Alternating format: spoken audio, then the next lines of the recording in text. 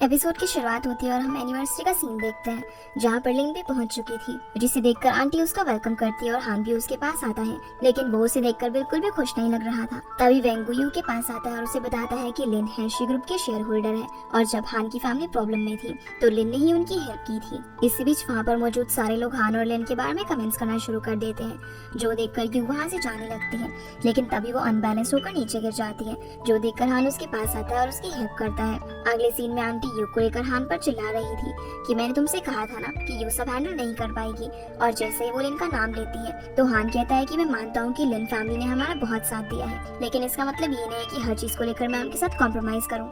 जो सुनकर आंटी वहाँ से जाने लगती है और जाते जाते वो उसे कहती है कि मुझे पता है तुम एक्सीडेंट के बारे में इन्वेस्टिगेट कर रहे हो, लेकिन मेरे अकॉर्डिंग तुम्हें ऐसा नहीं करना चाहिए और अपने बिजनेस पर ध्यान देना चाहिए। दूसरी तरफ हम यू को देखते हैं जो कि लिन से काफी जेलस फील कर रही थी। तभी हान उसके पास आता है और उसके पैर पर दबा लगाने लगता है। फिर जब हान अपने रूम में वापस चला जाता है तो यू उसके पास कॉल करती है और लिन के बारे में बात करने लगती है, लेकिन हान उसे लिन के बारे में कुछ भी नहीं बताता और कॉल कट कर देता है। जैसे अगले दिन जियाओ यू को सोशल मीडिया पर हो रही गॉसिप्स दिखाती है, जिसमें लोग हान और लिन के बारे में काफी अच्छे कमेंट्स कर रहे थे और यू को पॉइंट आउट कर रहे थे, जो देखकर यू हंसने लगती है और वो इस बात को बिल्कुल भी सीरियसली नहीं लेती। वहीं हान की सेक्रेटरी भी उसको इस बारे में बताती है, तो वो सेक्रेटरी को लीगल डिपार्टमेंट से बात करने के लिए कहता है ताकि वो इन गॉसिप्स को बंद कर सके। तो जिसके बाद हान घर जाता है और यू को इंटरनेट पर चल रही गॉसिप्स के बारे में पूछता है, जिस पर यू कहती है कि मुझे इस चीज से कोई भी फर्क नहीं पड़ता, क्योंकि मुझे ये पता है कि तुम मेरी साइड ही हो और तुम जरूर कोई ना कोई रास्ता निकाल लोगे। तो हान उसे बताता है कि लीगल टीम इस पर काम कर रही है और जल्दी हमें रिजल्ट्स मिल जाएंगे। अगले सीन में हम रू को देखते हैं जो कि रात तक कंपनी में काम कर रही थी। इस बीच वेंगू एम्प्लॉयज के साथ मिलकर रू को डराने की कोशिश करता है, लेकिन रू को इससे कोई भी फर्क नहीं पड़ता, बल्कि वेंगू खुद ही अपने लोगों से डर जाता है और डर के मारे उसकी हालत खराब हो जाती है। फिर वो रू को कहता है कि तुम कितनी बोल्ड हो, तुम्हें तो किसी भी चीज से डर नहीं लगता। जिस पर रू कहती है कि मुझे एक्सट्रीम हॉरर मूवीज देखने का शौक है, इसलिए मुझे गोस्ट वगैरह से डर नहीं लगता। दूसरी तरफ आंटी ने हान को एक रेस्टोरेंट में बुलाया था, लेकिन वहाँ पर आंटी की जगह लिन मौजूद थी। तभी आंटी भी वहाँ पर आ जाती है और लिन के वॉशरूम जाने के बाद हान आंटी को पूछता है कि आप ही ने उन पोस्ट को सोशल मीडिया पर प्रमोट करवाया है, जिस पर आंटी हाँ में इशारा करते हुए कहती है कि मैं यू को दिखाना चाहती थी कि वो और तुम परफेक्ट मैच नहीं हो। ये सुनते ही हान कहता है कि वो मेरी वाइफ है और मेरे अकॉर्डिंग हम अच्छे कपल हैं, लेकिन आंटी उसकी बात से एग्री नहीं करती, बल्कि वो कहती है कि यू हमारी फैमिली के लिए सूटेबल नहीं है और तुम्हें ये बात माननी ही पड़ेगी। पर ये सुनते ही हान वहाँ से उठकर चला जाता है और जब लिन वापस आती है तो आंटी उसे झूठ बोल देती है कि हान को कुछ अर्जेंट काम याद आ गया था, इसलिए वो चला गया। वही हान यू के पास जाता है और उसे उन पोस्ट के बारे में बताता है कि ये सब आंटी ने किया है। फिर वो उसे सॉरी बोलता है और इस सब के बदले वो यू के पास 1000 रुपए सेंड कर देता है, जो देखकर यू कहती है कि अगर तुम्हें रिग्रेट फील हो रहा है तो क्यों ना तुम हमारे बीच हुए कॉन्ट्रैक्ट को शॉर्ट कर दो। लेकिन हान इसके लिए साफ साफ मना कर देता है और यू सैड होते हुए कहती है कि तुम नहीं समझ सकते कि मुझे भी फ्रीडम चाहिए, जो देखकर हान उसकी बात पर एग्री करता है। अगले दिन ये दोनों बाव के साथ एक मॉल में घूमने जाते हैं, जहाँ पर कुछ स्ट्रेंजर्स चुपके से इनकी फोटोज ले रहे थे। यू भी उन्हें देख लेती है और वो इस बारे में हान को बताती है, तो हान कहता है कि डोंट वरी, इन्हें मैंने ही बुलाया है क्योंकि हम उन गॉसिप्स पोस्ट का कुछ नहीं कर सकते, लेकिन हम उन्हें कवर करने के लिए अपनी कुछ हैप्पी पोस्ट को वायरल तो कर ही सकते हैं, जो बात यू को भी समझ में आ जाती है। फिर ये तीनों खुशी खुशी काफी इंजॉय करते हैं। फिर अगले दिन ये दोनों बाव को उसके स्कूल छोड़ने के लिए जाते हैं और यहाँ भी वो स्ट्रेंजर्स इनकी फोटोज क्लिक करने में लगे हुए थे। इसी बीच ये दोनों गाड़ी के अंदर होते हैं, तो हाँ जानबूझकर यू के ऊपर आ जाता है ताकि फोटोग्राफर्स इन दोनों की इस मोमेंट में फोटो ले सके। जिसके बाद जियाओ यू को सोशल मीडिया पर उन दोनों की फोटोज दिखाती है, क्योंकि अब लोग हान और लिन के बारे में नहीं बल्कि यू और हान के बारे में ज्यादा गॉसिप कर रहे थे। इधर लिन हान के ऑफिस में होती है, क्योंकि अब वो हान के साथ मिलकर एक प्रोजेक्ट पर काम करने वाली थी। इसी बीच रूबी सेक्रेटरी के साथ वहाँ पर पहुँचती है और इन दोनों को साथ देखकर वो शॉक हो जाती है, जहाँ सेक्रेटरी उसे बताती है कि लिन उनके मार्केटिंग डिपार्टमेंट की 3rd शेयर होल्डर है। तो रो इन दोनों की एक फोटो लेती है और सीधा यू के पास जाकर उसे दिखाती है। साथ ही साथ वो ये भी कहती है कि ये लड़की हैशी ग्रुप में शेयर होल्डर है और क्या हान ने तुम्हें इस बारे में बताया था, जिस पर यू उसे ना कह देती है। तब रो से कहती है कि तुम्हें हान से इस बारे में एक बार जरूर बात करनी चाहिए। अब रात में जब यू अपने रूम में होती है, जहाँ वो एक पिलो पर हान की फोटो चिपकाती है और उस पर अपना सारा गुस्सा निकालती है। इधर हान भी उसका शोर सुन रहा था और वो जाकर उसे पूछता है कि तुम इतना शोर क्यों मचा रही हो। तो वो बहाना बनाने लगती है कि वो बच्चों को ट्रीट करने के लिए प्रैक्टिस कर रही थी। तभी हान की नजर उस पिलो पर पड़ जाती है, तो यू कहती है कि कुछ गलत मत समझना, मैं इसके साथ सो नहीं रही हूँ। अगले दिन जब हान कंपनी में जाना होता है तो यू से कहती है कि आज तो वीकेंड है, तो मैंने तुम्हारे लिए ब्रेकफास्ट बनाया है और हम साथ में ब्रेकफास्ट करने के बाद बाओ के साथ हॉर्स राइडिंग यार्ड में भी जाएंगे। लेकिन हान ये कहकर मना कर देता है कि मुझे कंपनी में ओवर टाइम करना है और आज मैं ब्रेकफास्ट भी नहीं कर पाऊंगा। इतना कहकर वो यहाँ से चला जाता है। अब यू सोचती है कि ऐसा पहली बार हुआ है कि वो बिना ब्रेकफास्ट किए जा रहा है। इसी बीच वो इमेजिन करती है कि लिन और हान साथ में ब्रेकफास्ट कर रहे हैं। ये सोचकर उसे काफी ज्यादा गुस्सा आ जाता है। दूसरी तरफ बाओ जियाओ के साथ चैट कर रहा था, जो उसे बताती है कि तुम्हारी मॉम आजकल अनहैप्पी रहती है क्योंकि तुम्हारे फादर किसी दूसरी लड़की के साथ काम में बिजी है। तभी यहाँ पर यू आ जाती है जो कि बाओ को कहती है कि आज वीकेंड है, इसलिए मुझे बताओ कि तुम्हें घूमने के लिए कहाँ जाना है। लेकिन बाओ कहीं भी जाने के लिए रेडी नहीं था। वो उसे लिखकर बताता है कि मैं फादर को काफी मिस कर रहा हूँ, इसलिए ये दोनों हान के पास कंपनी में पहुँच जाते हैं। यू हान को बताती है कि बाओ तुम्हें काफी मिस कर रहा था, इसलिए मैं इसे यहाँ पर ले आई। इसी बीच यू अपना बनाया हुआ ब्रेकफास्ट भी हान को देती है, लेकिन तभी लिन वहाँ पर आ जाती है और वो भी उसके लिए ब्रेकफास्ट लेकर आई थी। जो देखकर हान यू को कहता है कि फिलहाल मुझे एक मीटिंग करनी है और मुझे पता है कि तुमने काफी अच्छा ब्रेकफास्ट बनाया होगा, इसलिए तुम 1 घंटा वेट करो और फिर हम लोग साथ में लंच के लिए जाएंगे। अब यू और बाओ बाहर बैठकर हान का वेट कर रहे थे, तो जैसे ही यू बाओ को अकेला छोड़कर वॉशरूम जाती है, इसी बीच मौका देखकर वो चुपके से हान के ऑफिस में घुस जाता है जहाँ वो लिन के साथ मीटिंग कर रहा था।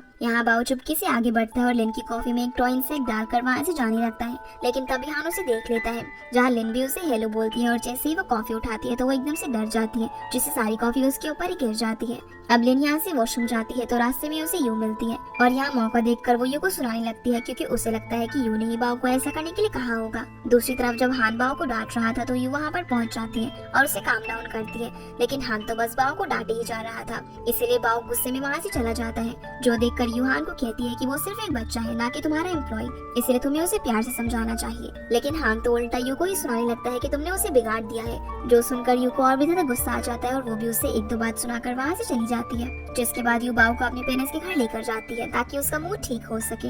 यहाँ यू की मदर बाओ को काफी अच्छे से ट्रीट करती है। फिर वो यू का लटका हुआ चेहरा देखकर पूछती है कि तुम आज अचानक से यहाँ पर कैसे आ गई और क्या तुम्हारा हान के साथ झगड़ा हुआ। तो यू कहती है कि ऐसी बात नहीं है, आज वीकेंड था इसलिए मैंने सोचा कि बाओ को उसकी ग्रानी के यहाँ पर घुमा कर ले आओ। लेकिन उसकी मदर समझ चुकी थी कि वो हान के साथ झगड़ा करके यहाँ पर आई है क्योंकि हान उनके साथ में नहीं आया था और ना ही यू कोई लगेज वगैरह लेकर आई थी। दूसरी तरफ हान हाउसकीपर को पूछता है कि यू और बाओ कहाँ पर है, तो वो उसे बताता है कि यू बाओ को अपने पेरेंट्स के घर लेकर गई है, लेकिन वो अपना सामान साथ लेकर नहीं गई। दूसरी तरफ यू बाओ के साथ बैठी हुई थी, तभी डोर नॉक होता है। जो देखकर यू एक्साइटमेंट के साथ दरवाजा खोलने के लिए जाती है क्योंकि उसे लगता है कि शायद हान उन्हें लेने के लिए आया होगा। लेकिन जैसे ही वो दरवाजा खोलती है तो वहाँ पर हान नहीं बल्कि सेक्रेटरी आई हुई थी, जो कि हान के कहने पर यू को उसको छोड़ा हुआ सामान देने के लिए आई थी। यू उससे पूछती है कि हान कहाँ पर है, तो वो बताती है कि हान लिन के साथ मीटिंग में बिजी है। ये कहकर वो यहाँ से चली जाती है। इसी बीच यू के फादर की तबीयत खराब हो जाती है, इसलिए यू अपनी मदर के साथ उन्हें हॉस्पिटल लेकर जाती है, जहाँ डॉक्टर्स इन्हें बताते हैं कि पेशेंट की कंडीशन काफी क्रिटिकल है,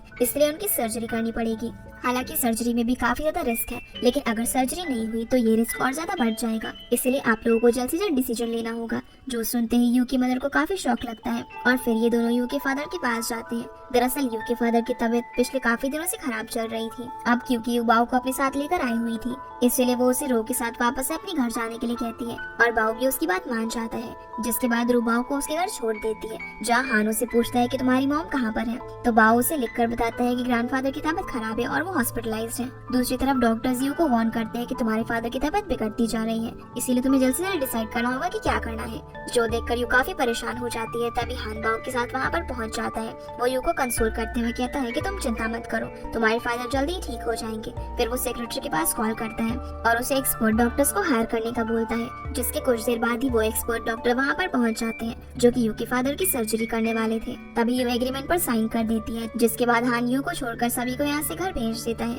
फिर वो यू के लिए खाना लेकर आता है, तो यू से थैंक्स बोलती है और पूछती है कि तुम मेरी इतनी हेल्प क्यों कर रहे हो, जिस पर हान कहता है कि क्योंकि तुम मेरी वाइफ हो। फिर यू उससे लिन के बारे में पूछती है, तो हान कहता है कि लिन की फैमिली और मेरी फैमिली पिछले काफी सालों से फ्रेंड्स है और मैं उसे बचपन से जानता हूँ क्योंकि वो मेरी बेस्ट फ्रेंड है। लेकिन आखिर तुम उसके बारे में जानने के लिए इतनी क्यूरियस क्यों हो। जो सुनते ही यू चुप हो जाती है और टॉपिक चेंज करते हुए खाना खाने लगती है। अगले दिन यू अपने फादर से मिलती है, जो कि उससे अपने क्रेडिट कार्ड देते हैं ताकि यू उनकी सेविंग को सही से यूज कर सके। साथ ही साथ वो सर्जरी को लेकर भी बात करते हैं। तो यू ने चेयर अप करते हुए कहती है कि आप चिंता मत करो, सर्जरी सक्सेसफुल हो जाएगी। अगले सीन में यू के फादर की सर्जरी हो रही थी, जहाँ यू और उसकी मदर रिजल्ट्स को लेकर काफी परेशान थे। इसी बीच हान बाओ के साथ वहाँ पर पहुँच जाता है और इन्हें बताता है कि मैंने सर्जरी डेटा को एनालाइज किया है और डॉक्टर्स के अकॉर्डिंग सर्जरी सक्सेसफुल हो जाएगी, इसलिए आप लोग चिंता मत करो। यहाँ बाओ भी यू को एक कैंडी देते हुए हक करता है, क्योंकि वो भी अपने ग्रैंडफादर को लेकर परेशान था। जिसके कुछ देर बाद डॉक्टर्स यू के फादर को ऑपरेशन थिएटर से बाहर लेकर आते हैं और उन्हें बताते हैं कि सर्जरी सक्सेसफुल हो गई है।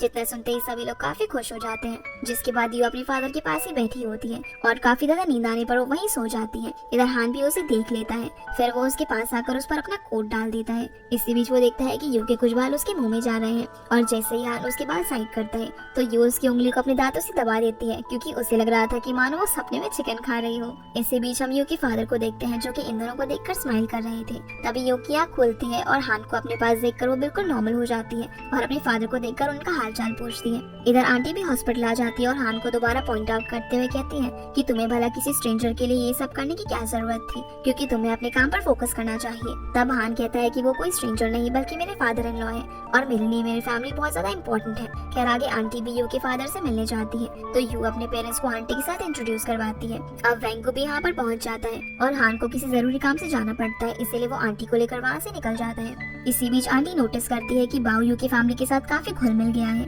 इसलिए वो जाते हुए हान के साथ इस बारे में बात करती है कि पहले तो बाओ स्ट्रेंजर के साथ बात तक नहीं करता था, लेकिन अब वो बिल्कुल चेंज हो चुका है। तो हान कहता है कि ये सब यू की वजह से हुआ है। दूसरी तरफ यू वेंगू से पूछती है कि मैंने हान के ऑफिस ड्रॉर में काफी सारी लड़कियों की बैक फोटोज देखी है, इसलिए क्या तुम मुझे इस बारे में कुछ बता सकते हो। तो वेंगू उसे बताता है कि हान ने अपने ड्रीम में किसी लड़की को बैक साइड से देखा था और उसे ढूंढने के लिए ही उसने इतनी सारी लड़कियों की फोटोज रखी हुई है, पर मेरे हिसाब से तो वो लड़की इस दुनिया में एग्जिस्ट ही नहीं करती। जो सुनकर वो शॉक हो जाती है। फिर वो हान के पास कॉल करके उसे अर्जेंटली हॉस्पिटल आने को बोलती है। जो सुनते ही हान पैनिक सिचुएशन में हॉस्पिटल पहुंचता है, जहाँ वो देखता है कि यू के फादर को देखने के लिए काफी सारे रिलेटिव्स आए हुए थे। यू सारे रिलेटिव्स को हान के साथ इंट्रोड्यूस करवाती है और सभी हान की काफी तारीफ करते हैं। इसी बीच रूफ हान के साथ यहाँ पर पहुँचती है और यू को साथ में लेकर सुपरमार्केट जाने के लिए निकल जाती है। इधर हान और फांग भी वापस जाने के लिए लिफ्ट में होते हैं, जहाँ हान फांग को अवॉइड करने की कोशिश करता है, लेकिन कोइंसिडेंटली ये दोनों एक दूसरे के करीब आ जाते हैं। दूसरी तरफ रो यू को कहती है कि शायद तुम हान को लाइक करने लगी हो और अगर ऐसी बात है तो तुम्हें ये बात उसे बता देनी चाहिए,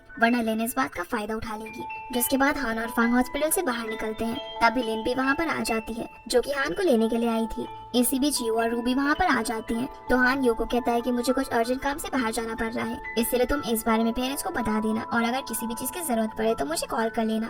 अब यू उसे खुशी खुशी बाय बोलती है, लेकिन लिन जाने से पहले एक बार फिर से यू को ट्रोल करती है, जिस कारण से वो भी गुस्से में वहाँ से चली जाती है। अगले सीन में रू यू को उसकी डायमंड रिंग दिखाती है, जो कि उसे वॉशरूम में मिली थी, जो देखकर यू काफी सरप्राइज हो जाती है। तो रू उसे कहती है कि तुम्हारे पास आइडेंटिटी के लिए सिर्फ ये रिंग है, जो तुम्हारे और हान के रिलेशन को प्रेजेंट करेगी। खैर आगे यू के फादर हॉस्पिटल से डिस्चार्ज होकर घर आ जाते हैं और यहाँ ये तीनों काफी खुश दिखाई दे रहे थे। इसी बीच हान भी बाओ के साथ वहाँ पर आ जाता है और ये सभी मिलकर खाना खाते हैं, जहाँ बाओ यू के पेरेंट्स को ग्रैंडपा और ग्रैंडमा कहकर बुलाता है, जो सुनकर ये सभी काफी शॉक हो जाते हैं। लेकिन जब हान उसे डैडी बोलने के लिए कहता है तो वो अपना फेस घुमा लेता है, क्योंकि वो हान को डैडी नहीं बोलना चाहता था, जिस बात से हान को थोड़ा हर्ट होता है। लेकिन ग्रैंडमा उससे कहती है कि तुम चिंता मत करो, एक न एक दिन वो तुम्हें डैडी जरूर कहेगा। इसी बीच हान के पास लिन की कॉल आती है, जो कि उसे एक होटल में मीटिंग के लिए बुलाती है। इधर यू भी होटल का नाम सुन लेती है और हान के जाने के बाद उसे ऐसा लगता है कि शायद हान लिन के साथ डेट करने के लिए गया है, इसलिए यू भी रू की मदद से काफी अच्छे से रेडी हो जाती है और फांग के साथ उस होटल में चली जाती है। जब वो लिफ्ट के अंदर होती है तो लिफ्ट में ही मौजूद एक पर्सन नेटवर्क इशू के कारण अपने फोन को इधर उधर घुमा रहा था,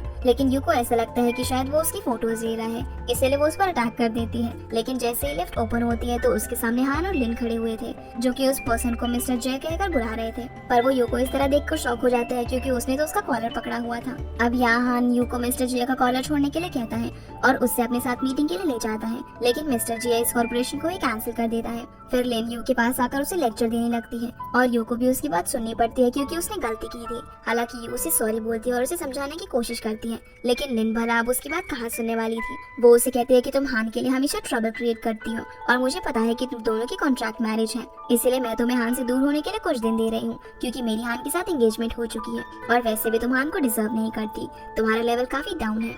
ये सब सुनकर यू शॉक हो जाती है और उसे काफी बुरा लगता है। जिसके बाद ये होटल से बाहर निकलती है तो हान उसी की वेट में खड़ा हुआ था। यू उसे सॉरी कहती है, लेकिन हान उस मीटिंग को लेकर इतना सीरियस नहीं था, इसीलिए वो यू को कुछ नहीं कहता, बल्कि वो उसे अपना कोट पहनाकर घर ड्रॉप करने के लिए कहता है। पर तभी फांग यू के पास आ जाता है और उसे घर ड्रॉप करने के लिए अपने साथ ले जाता है। जहाँ रास्ते में यू फांग को बार में चलने के लिए कहती है तो ये दोनों बार में जाकर ड्रिंक करने लगते हैं। तब यू फांग को आज के इंसिडेंट के बारे में बताती है और वो काफी ज्यादा अपसेट भी थी, जो देखकर फांग उसे शेयर करने की कोशिश करता है। इधर वेंकू भी इसी बार में मौजूद था, जो कि इन दोनों को साथ में देखकर हान के पास कॉल करता है और उसे वहाँ पर बुला लेता है। दरअसल वेंकू को लगता है कि शायद यू और फांग दोनों डेट कर रहे हैं। जिसके बाद हान वहाँ पर पहुँच जाता है और वेंकू फांग को अपने साथ वहाँ से ले जाता है। फिर हान यू को उसके घर चलने के लिए कहता है, लेकिन यू उसके घर जाने से मना कर देती है और कॉन्ट्रैक्ट भी टर्मिनेट करने के लिए कहती है। जब हान इस सबका कारण पूछता है तो यू कहती है कि अब बाव बिल्कुल रिकवर हो चुका है और मैं भी अब अपने करियर पर फोकस करना चाहती हूँ। वैसे भी मैं तुम्हारे लिए सिर्फ हमेशा ट्रबल ही क्रिएट करती हूँ। ये सब कहकर वो यहाँ से चली जाती है। जिसके बाद हान वेंगू के साथ ड्रिंक करता है,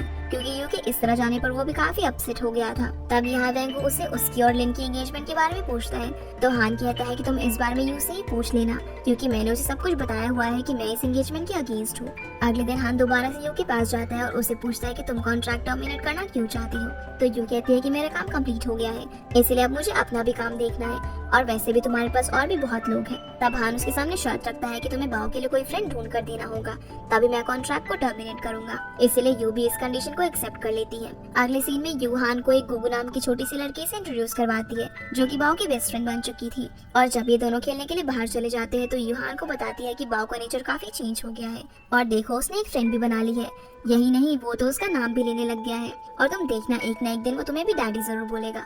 जिसके बाद यूहान की रिंग वापस कर देती है और कहती है कि 5 दिन बाद बाव के स्कूल में पेरेंट चाइल्ड डे में भी वही उसके साथ जाएगी। जिसके बाद तुम उस कॉन्ट्रैक्ट को कम्प्लीटली टर्मिनेट कर देना। हालांकि हान उसका कॉन्ट्रैक्ट उसके अकॉर्डिंग चेंज करने और उसकी सैलरी इंक्रीज करने के लिए भी कहता है, लेकिन अब वो गिव अप करना चाहती थी और वो उसे बाय बोलकर वहाँ से चली जाती है। अगले सीन में हम लिन आंटी और लिन की मदर को देखते हैं, जो कि हान के साथ शादी के बारे में बात करने के लिए आए थे। आंटी हान को कहती है कि यू की वजह से हेस्टी ग्रुप को पहले से काफी ज्यादा नुकसान हो गया है, इसीलिए तुम्हें अब लिन के साथ शादी कर लेनी चाहिए, क्योंकि वो तुम्हारे बिजनेस को भी इंक्रीज करने में तुम्हारी हेल्प करेगी। तो हान आंटी को बोलता है कि मैं ये पहले भी क्लियर कर चुका हूँ कि मैं बिजनेस के फायदे के लिए शादी नहीं करूंगा, और ये कहकर वो यहाँ से चला जाता है। जिसके बाद आंटी अपने असिस्टेंट की हेल्प से यू के बारे में डिटेल्स निकलवाती है, तो उसका असिस्टेंट उसे बताता है कि यू ही वही लड़की है जिसने उस रात एक्सीडेंट में बाव को बचाया था और इसीलिए बाव उसके इतने क्लोज रहता है। यानी कि हान ने जिस लड़की को सपने में देखा था वो लड़की भी यू है। जो पता लगने पर आंटी के होश उड़ जाते हैं और वो सोचती है कि शायद यू को उस एक्सीडेंट के बारे में भी पता होगा। दूसरी तरफ बाव बार बार मम्मी मम्मी चिल्ला रहा था, लेकिन उसके फादर उसे समझाते हैं कि मम्मी अब यहाँ पर नहीं है, पर वो भला उसकी बात कहाँ मानने वाला था। तभी सडनली यू वहाँ पर आ जाती है। दरअसल यू बाव की स्कूल में होने वाली एक्टिविटीज के लिए उसे प्रिपेयर कराने के लिए आई थी। आगे हम देखते हैं कि हान मिस्टर जिया से दोबारा मिलता है, क्योंकि मिस्टर जिया उनकी कंपनी के साथ कोऑपरेट करने के लिए रेडी हो गए थे। यहाँ वो हान को बताते हैं कि पिछली बार मैंने यू की वजह से नहीं बल्कि लिन की वजह से कॉर्पोरेशन को कैंसिल किया था। साथ ही साथ वो ये भी बताते हैं कि यू ने मुझे ढूंढ लिया था और उसी ने मुझे इस कॉर्पोरेशन के लिए कन्विंस किया, जो सुनकर हान काफी शॉक हो जाता है। दूसरी तरफ यू बाव को एक रिकॉर्डर की हेल्प से सिंगिंग प्रैक्टिस करवा रही थी। तभी फांग भी वहाँ पर आ जाता है और बाव को अपनी गोद में उठा लेता है, और जब बाव वहाँ से जा रहा था तो उसके हाथ से वो रिकॉर्डर वहीं पर गिर जाता है और उसमें फांग और यू की बातें रिकॉर्ड हो जाती है। जिसके बाद यू अपने घर आ जाती है, लेकिन वो देखती है कि उसका फोन हान के घर पर ही रह गया है, इसलिए वो दोबारा से अपने फोन लेने के लिए वापस जाती है, जहाँ हान उस रिकॉर्डर में यू का गाना सुन रहा था। पर तभी उसमें फांग और यू की बातें चल जाती है, जिसमें फांग यू को कह रहा था कि तुम हान को लाइक करती हो तो ये अच्छी बात है। इसी बीच यू भी वहाँ पर पहुँच जाती है और उसने भी ये रिकॉर्डिंग सुन ली थी, इसलिए जैसे ही वो हान से रिकॉर्डर छीनने के लिए आगे बढ़ती है तो वो उसके ऊपर आ जाती है और एक रोमांटिक मोमेंट बन जाता है। देखते हैं कि यू ने खुद को वॉशरूम के अंदर लॉक कर लिया था,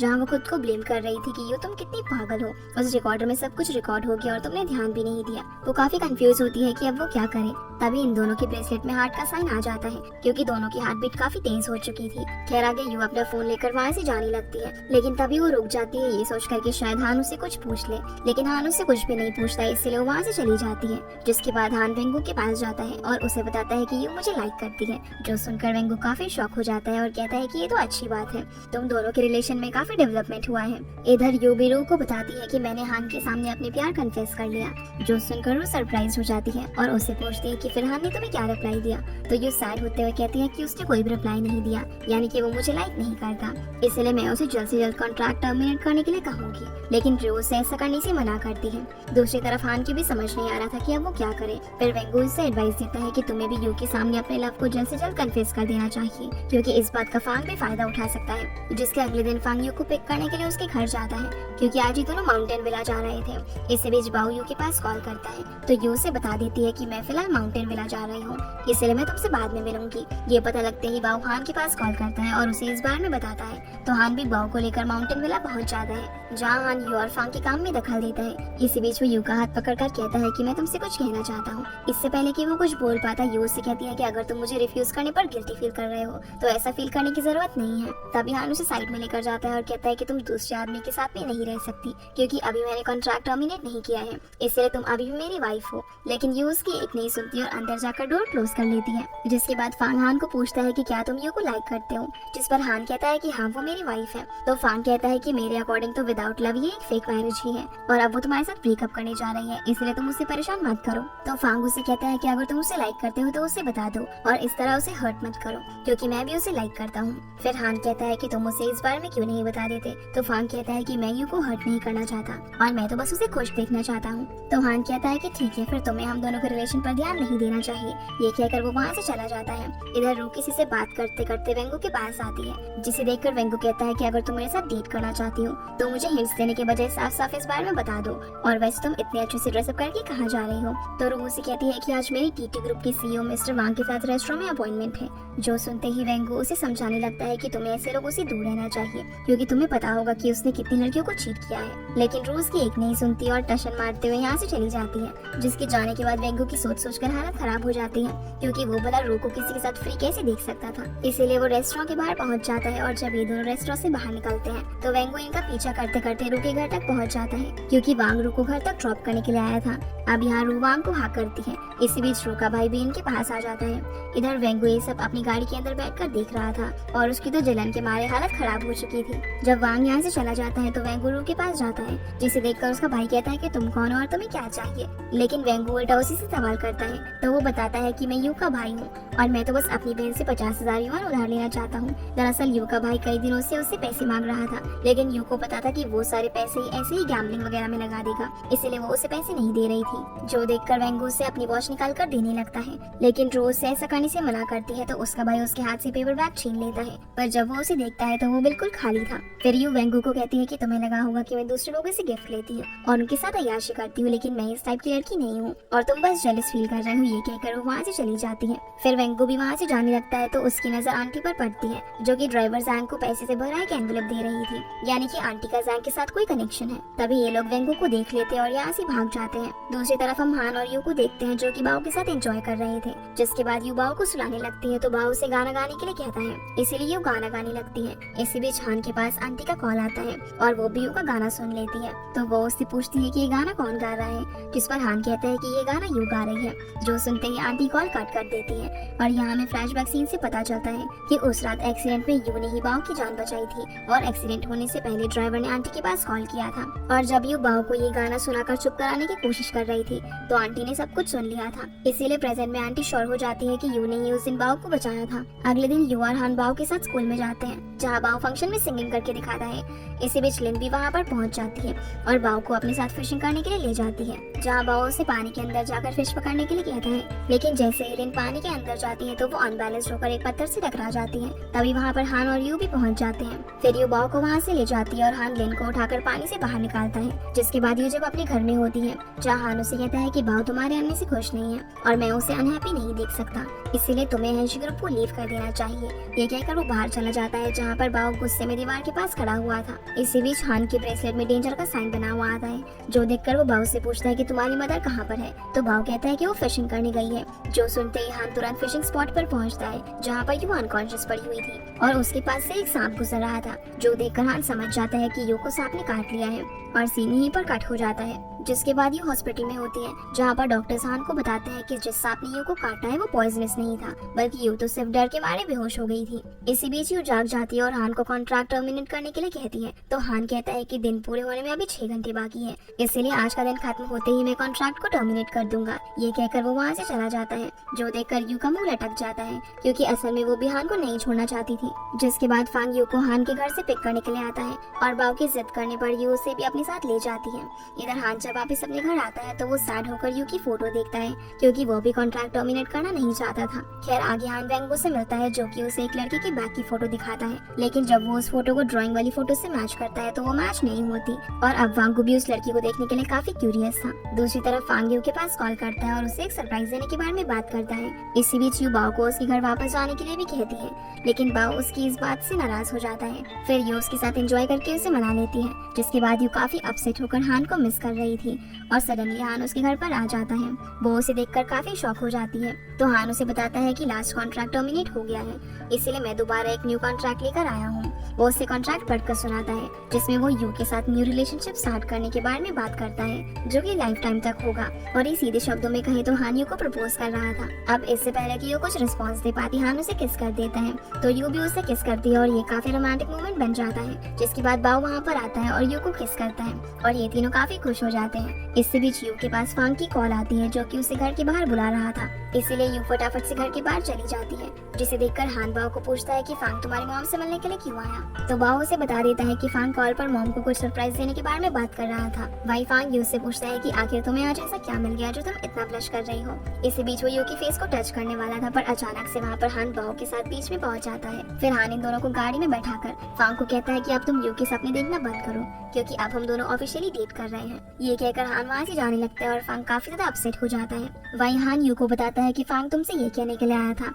कि वो तुम्हारे साथ तुम्हारे आइडल के कॉन्सर्ट में नहीं जा पाएगा, लेकिन तुम चिंता मत करो, हम तीनों साथ में वहाँ पर जाएंगे। पर असल में फांग यू को उसके आइडल के कॉन्सर्ट के बारे में बताने के लिए आया था और वो उसके साथ जाना चाहता था। अब हान ने यू को खुश करने के लिए घर के फ्रीजर में काफी सारे स्नैक्स रख दिए थे। जिसके बाद ये दोनों साथ में बैठकर टीवी देखते हैं, जिसमें एक किसिंग सीन चल रहा था, जो देखकर हान एक्साइटेड हो जाता है और वो यू के करीब आने लगता है, लेकिन यू उसे किस नहीं करना चाहती थी, इसीलिए वो चैनल ही चेंज कर देती है और टीवी देखते देखते ही हान के साथ वहीं पर सो जाती है। अगले दिन जब हान अपने ऑफिस में ईयरफोन्स लगाकर डांस कर रहा था, तो सारे स्टाफ मेंबर्स उसका ये ड्रामा देख रहे थे, लेकिन सेक्रेटरी सभी को वहाँ से भगा देती है और हान के पास जाकर उसे आज के काम के बारे में बातें करने लगती है। वही हम यू को देखते हैं, जो कि खुशी खुशी अपने काम पर आती है, जहाँ एक टीचर उसे खुश देखकर कहती है कि शायद उसके हार्ट को किसी ने शूट कर दिया है। इसके बाद हम देखते हैं कि लिन हान से मिलती है, तो हान उसे दोबारा रिजाइन करने के लिए कहता है और जब लिन उससे पूछती है कि क्या तुम सच में मुझसे शादी नहीं करोगे, तो हान उसे कह देता है कि शादी की तो तुम बात ही मत करना, क्योंकि अगर ये मेरी गर्लफ्रेंड ने सुन लिया तो वो नाराज हो जाएगी। जो सुनते ही लिन शॉक हो जाती है और उसे उसकी गर्लफ्रेंड के बारे में पूछती है,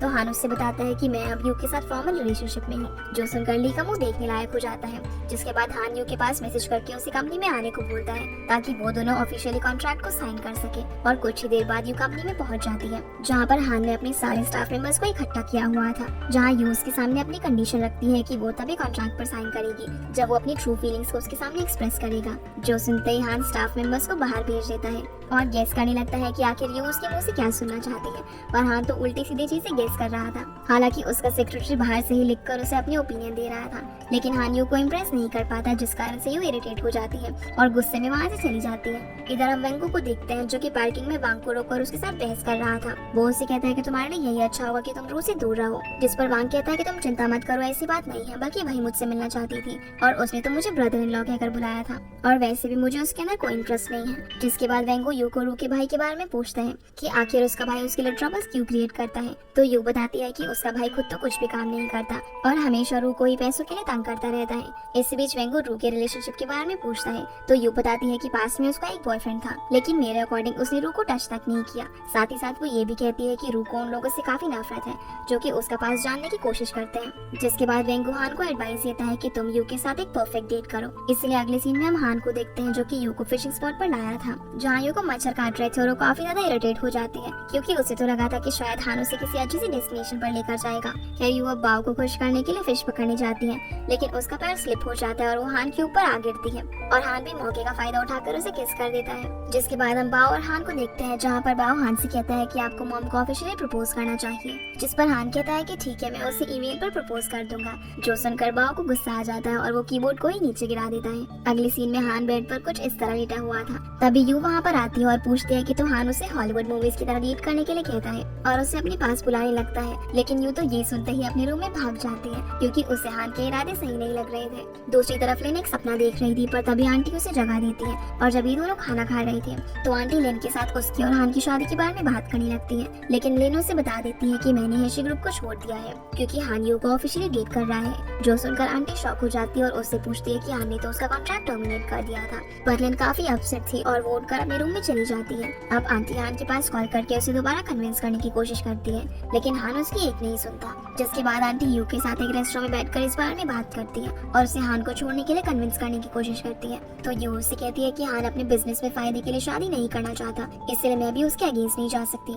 साथ ही साथ ये उसे सेल्फिश भी कह देती है क्योंकि आंटी अपने फायदे के लिए हान के पीछे पड़ी हुई थी। तभी वहाँ पर हान आ जाता है और आंटी को कहता है कि यू को एम्बैरेस करने की कोशिश मत करो क्योंकि वो ये सब हैंडल नहीं कर पाएगी और मैं सिर्फ उसी से शादी करूंगा जो मुझे पसंद है, इसलिए आप हमारे रिलेशनशिप के बीच में इंटरफेयर मत करो। जो सुनकर आंटी का चेहरा देखने लायक हो जाता है और हान यू को अपने साथ ले जाता है। बाहर आकर यू हान की काफी तारीफ करती है क्योंकि अब तो हान उसके फेवर में बोलने लगा था। इसी बीच हान यू को ऑफिशियली प्रपोज कर देता है और यू ये देखकर काफी खुश होती है। फिर ये दोनों एक दूसरे को हक करते हैं। दूसरी तरफ लेन फांग से मिलती है और उसे कुछ पैसे पे करके मेडिसिन मांगती है, जो देखकर फांग उसे पूछता है कि क्या हुआ, लेकिन लेन उसे कुछ नहीं बताती। तो फांग उसे कहता है कि तुम्हें एंजाइटी डिसऑर्डर है, इसलिए तुम्हें किसी साइकोलॉजिस्ट से लॉन्ग टर्म कंसल्टेशन लेनी चाहिए और अगर तुम कहो तो मैं तुम्हारे लिए एक रिलायबल साइकोलॉजिस्ट को ढूंढ सकता हूँ। तुम चिंता मत करो, मैं तुम्हारी आइडेंटिटी भी रिवील नहीं करूंगा। लेकिन लेन उसे ये कहकर जाने लगती है कि कल मुझे मेडिसिन दे देना, यानी कि वो किसी साइकोलॉजिकल प्रॉब्लम को फेस कर रही थी। अगले दिन लेन खुद को कवर करके फांग के पास जाती है और उसे कहती है कि मैंने तुम्हें पैसे पे कर दिए, इसलिए तुम मुझे मेडिसिन क्यों नहीं दे रहे। तो फांग उसे एक फॉर्म दिखाते हुए कहता है कि मैं तुम्हें मेडिसिन तभी दूंगा जब तुम इस फॉर्म को फिल कर दोगी। लेकिन ये देखकर लेन कहती है कि मुझे किसी साइकोलॉजिस्ट की जरूरत नहीं है, बस तुम मुझे मेरी मेडिसिन दे दो। पर फांग उससे वो फॉर्म फिल करवा ही लेता है और उसे उसकी मेडिसिन दे देता है। जिसके बाद हान और यू अपने कुछ फ्रेंड्स के साथ पार्टी करते हैं, जहाँ पर ज़्याओ इन दोनों को ट्रूथ और डेयर खेलने के लिए कहती है। अब ये दोनों जब अपनी गेम स्टार्ट करते हैं तो हान यू को पूछता है कि अगर मैं और फांग दोनों पानी में डूब रहे हो तो तुम सबसे पहले किसको बचाओगी। जिस पर यू कहती है कि मैं किसी को भी नहीं बचाऊंगी क्योंकि मुझे स्विमिंग नहीं आती। जो सुनते ही सभी लोग हंसने लगते हैं। फिर वो उससे पूछता है कि तुमने मुझे कब से लाइक करना शुरू किया था, जिस पर ये जवाब देती है कि तुम्हारे लाइक करने के बाद मैं अभी तुम्हें लाइक करने लगी थी। फिर ज़्याओ उन्हें फ्रेंच फ्राइज देते हुए कहती है कि तुम्हें ये 15 सेकंड के अंदर खत्म करना होगा और फिर ये दोनों कुछ इस तरह से फ्राइज को खाने लगते हैं। सभी लोग इन दोनों को देखकर हूटिंग करना शुरू कर देते हैं, पर आखिर में यू काफी ड्रिंक कर लेती है, जिस कारण से हान उसे इस तरह उठाकर घर ले जाता है।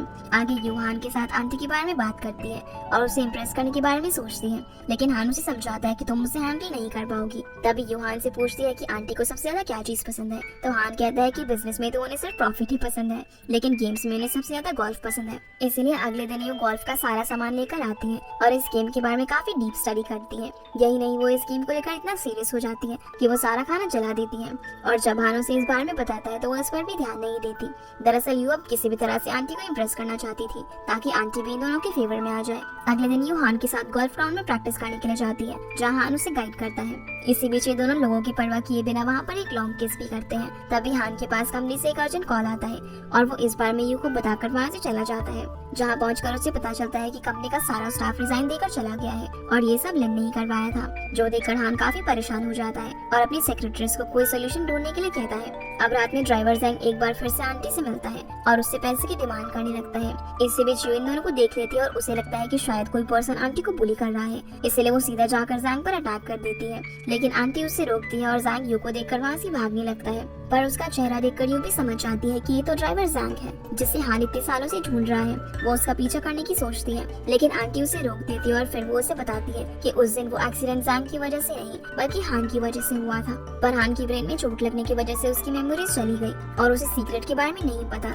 इसीलिए मैंने इस सीक्रेट को छुपाने का डिसीजन लिया था। साथ ही साथ वो ये भी बताती है कि तुमने एक्सीडेंट वाले दिन जिस बच्चे को बचाया था वो कोई और नहीं बल्कि बाऊ ही था, और अगर इस बारे में हान को पता चल गया तो उसकी लाइफ स्ट्रेसफुल हो जाएगी, इसीलिए तुम प्लीज हान को छोड़ दो। और जैसे तुमने बाऊ को बचाया था वैसे ही हान को भी स्ट्रेस से बचा लो। इसी बीच यू के पास हान की कॉल आती है, लेकिन वो उसकी कॉल को काट देती है और आंटी के जाने के बाद वो उसकी बातें सोचकर काफी अपसेट हो जाती है। तभी उसके पास बाऊ का मैसेज आता है जो कि उसे काफी मिस कर रहा था। फिर यू घर जाती है पर तब तक बाऊ सो चुका था। जिसके बाद यू हान को देखती है तो वो भी सोफे पर सो रहा था और वो अपने भाई को सपने में देख रहा था। तभी वो एकदम से उठ जाता है और सामने यू को खड़ा हुआ देखता है, तो यू उसका हालचाल पूछती है और उसे उसके भाई के बारे में पूछती है, जिस पर हान बताता है कि मेरा भाई काफी वार्म और केयरफुल पर्सन था और जब मैं 12 साल का था तो मेरी मॉम की डेथ हो गई थी। जिसके बाद फादर काम में बहुत बिजी रहने लगे थे और मेरा भाई ही था जो मेरे साथ टाइम स्पेंड करता था, लेकिन उसे स्टडीज के लिए अब्रॉड जाना पड़ा था, इसीलिए वो कंपनी की रिस्पॉन्सिबिलिटी मेरे ऊपर छोड़कर अब्रॉड चला गया और वहाँ से वापस आने पर उसका एक्सीडेंट हो गया। इसी बीच हान उसे उस लड़की की ड्राइंग दिखाता है, तो ये देखकर यू समझ जाती है कि ये ड्राइंग उसी की है, इसीलिए वो उसे एक बार फिर से पूछती है कि क्या तुम श्योर हो कि ये लड़की तुम्हें सपने में दिखाई देती है। तो हान कहता है कि हाँ, लेकिन अब मुझे इसकी जरूरत नहीं है क्योंकि मेरी लाइफ में तुम जो आ गई हो। फिर यू वहाँ से अपने रूम में चली जाती है। अगले दिन हान यू को बताता है कि आज तुम्हारा आंटी के साथ मैच है, इसीलिए ये तीनों रेडी होकर गोल्फ ग्राउंड में पहुंच जाते हैं जहाँ आंटी ऑलरेडी मौजूद थी। यहाँ ये दोनों यू को आंटी के पास अकेला छोड़कर उसे हार्ट साइन देते हुए वहाँ से चले जाते हैं, जो देखकर आंटी यू को कहती है कि ये दोनों वाकई तुमसे बहुत प्यार करते हैं, जिस पर यू कहती है कि मैं जल्दी आपकी विश को पूरी कर दूंगी, यानी कि यू ने हान को छोड़ने का फैसला कर लिया था।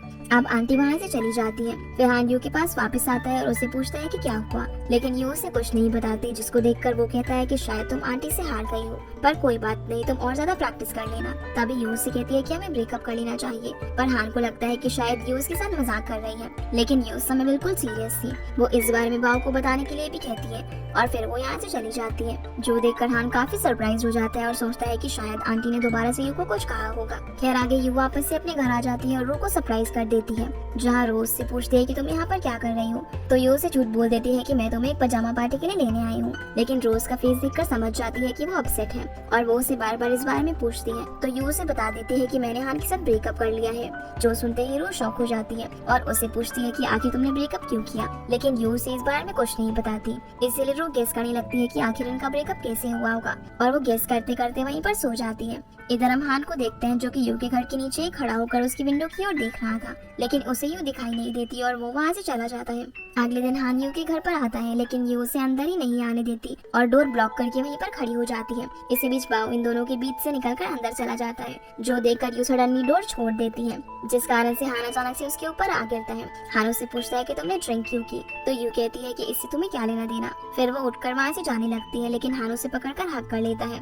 इस मोमेंट पर यू खुद को कंट्रोल करती है और हान को वहाँ से जाने का बोलकर वो रू को रूम में ले जाती है और उससे पूछती है कि अब वो क्या करे, लेकिन रू को तो अपने ऑफिस जाना था, इसीलिए वो उसकी कोई हेल्प नहीं करती और वहाँ से चली जाती है। जिसके बाद हान यू को ब्रेकफास्ट करने के लिए कहता है। हालांकि यू ब्रेकफास्ट नहीं करना चाहती थी, लेकिन हान उसे जबरदस्ती चेयर पर बैठा लेता है और उसे 5 मिनट देते हुए कहता है कि अगर तुमने 5 मिनट में अपना ब्रेकफास्ट फिनिश कर दिया तो मैं तुम्हारे ब्रेकअप से एग्री करूंगा। ये सुनते ही यू फटाफट से खाना खाने लगती है, लेकिन जैसे ही वो टाइम से पहले लास्ट पीस उठाती है तो प्लान के अकॉर्डिंग बाव उसे छीन कर खा जाता है, यानी कि अब तो हान यू का पीछे छोड़ने वाला नहीं था। खैर आगे बाव इन दोनों को साथ छोड़कर अकेला ही अपने स्कूल चला जाता है और फिर यू भी अपने काम पर जाने लगती है। तो हान उसे कहता है कि मैं भी तुम्हारे साथ चलूंगा, मेरा ड्राइवर बाव को छोड़ने के लिए गया है, इसलिए हम वॉक करते हुए साथ में चलेंगे। लेकिन यू उसकी एक नहीं सुनती और अपना स्कूटर लेकर जाने लगती है, पर हान भला उसका पीछा कहाँ छोड़ने वाला था, इसीलिए वो एक लेडी से उसका स्कूटर लेकर उसके पीछे पीछे उसके वर्क प्लेस पर पहुंच जाता है। अब उसे इस तरह देखकर यू को हंसी आ जाती है, जो देखकर हान कहता है कि आखिरकार मैंने तुम्हें हंसा ही दिया।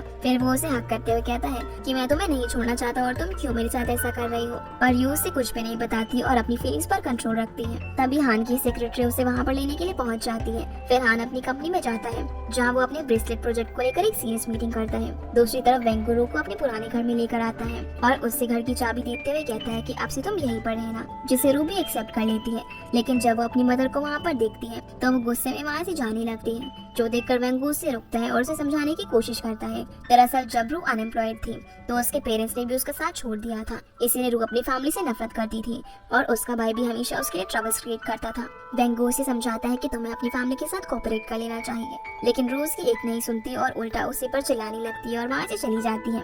इधर यू हॉस्पिटल में डॉक्टर हंक से मिलती है, तो डॉक्टर उसे प्रोजेक्ट के बारे में बताता है और साथ ही साथ वो उसे वापस हॉस्पिटल ज्वाइन करने के लिए भी कहता है। अब रात में हम यू को बस स्टॉप पर बैठा हुआ देखते हैं तो फांग उसे देखकर उसके पास आकर बैठ जाता है और कहता है कि चलो मैं तुम्हें हान के घर छोड़ देता हूँ। जो सुनते ही यू कहती है कि मैं उसे अवॉइड कर रही हूँ। तो फांग कहता है कि हारू ने मुझे सब कुछ बता दिया है कि तुम क्यों उसे अवॉइड कर रही हो। फिर कुछ बातें करने के बाद वो उसे घर ड्रॉप करने के लिए चला जाता है। वहीं हान यू के घर पर ही मौजूद था और बाओ तो यू का वेट करते करते सो चुका था। तब यू घर आ जाती है और उसके साथ फांग भी था, जो देखकर हान को गुस्सा आ जाता है और वो फांग की तरफ आंखें निकाल कर वहाँ से चला जाता है। अब अगले दिन रात में जब रू घर आने के लिए बस स्टॉप पर खड़ी होती है तो काफी तेज बारिश हो रही थी। तभी दो लोग वहाँ पर आते हैं जो कि रू के भाई की वजह से काफी गुस्से में थे क्योंकि उसने उनके साथ कोई स्कैम वगैरह किया था। इसी बीच वो दोनों रू के बारे में भी बुरे कमेंट्स करते हैं और कहते हैं कि उसकी बहन एक बहुत ही बड़ी कंपनी में सेक्रेटरी है और अगर आज रात वो हमारे सामने आ गए तो हम उसका इनकाउंटर ही कर देंगे। ये सब सुनकर रू काफी डर जाती है और साइड में खड़े होकर वेंगू के पास कॉल करती है, लेकिन वेंगू एक बार में बैठा हुआ था,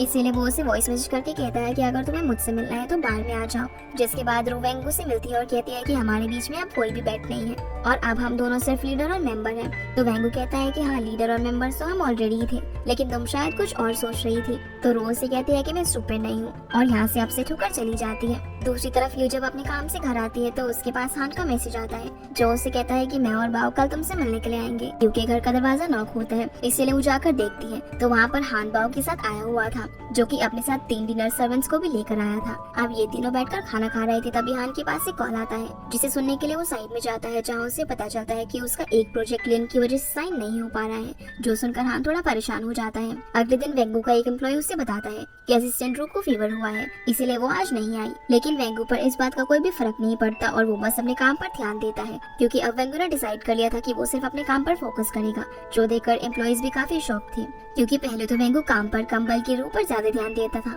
दूसरी तरफ आंटी लिन को कहती है कि आखिर हान ने अब तक हमारे अगेंस्ट कोई स्टैंड क्यों नहीं लिया, जिस पर लिन कहती है कि हान के लिए हेशी ग्रुप ही उसकी दुनिया है और शायद वो अब कॉम्प्रोमाइज कर लेगा। साथ ही साथ लिन उसे आज रात होने वाली एप्रिसिएशन बैंकेट के बारे में बताती है जहाँ उसके फादर के साथ साथ कई सारे बिजनेसमैन भी आने वाले थे और वो चाहती है कि वहाँ लिन भी आए। अगले सीन में डॉक्टर हंग यू को जर्मनी के साथ होने वाले प्रोजेक्ट के बारे में बताते हैं। दरअसल जर्मनी की एक ऑर्गेनाइजेशन इनके साथ कॉर्पोरेट करने वाली थी, इसलिए उस ऑर्गेनाइजेशन ने इनकी हॉस्पिटल के सारे रिसर्च मेंबर्स को प्रोजेक्ट के लिए इनवाइट किया था, जिस वजह से डॉक्टर हंग यू को भी जर्मनी जाने के लिए कहता है। इतना ही नहीं, वो तो यू को वहीं पर सेटल होने की एडवाइस भी देता है और उसे प्रोजेक्ट पर साइन करने के लिए कहता है, लेकिन यू की समझ नहीं आ रहा था कि वो अब क्या करे।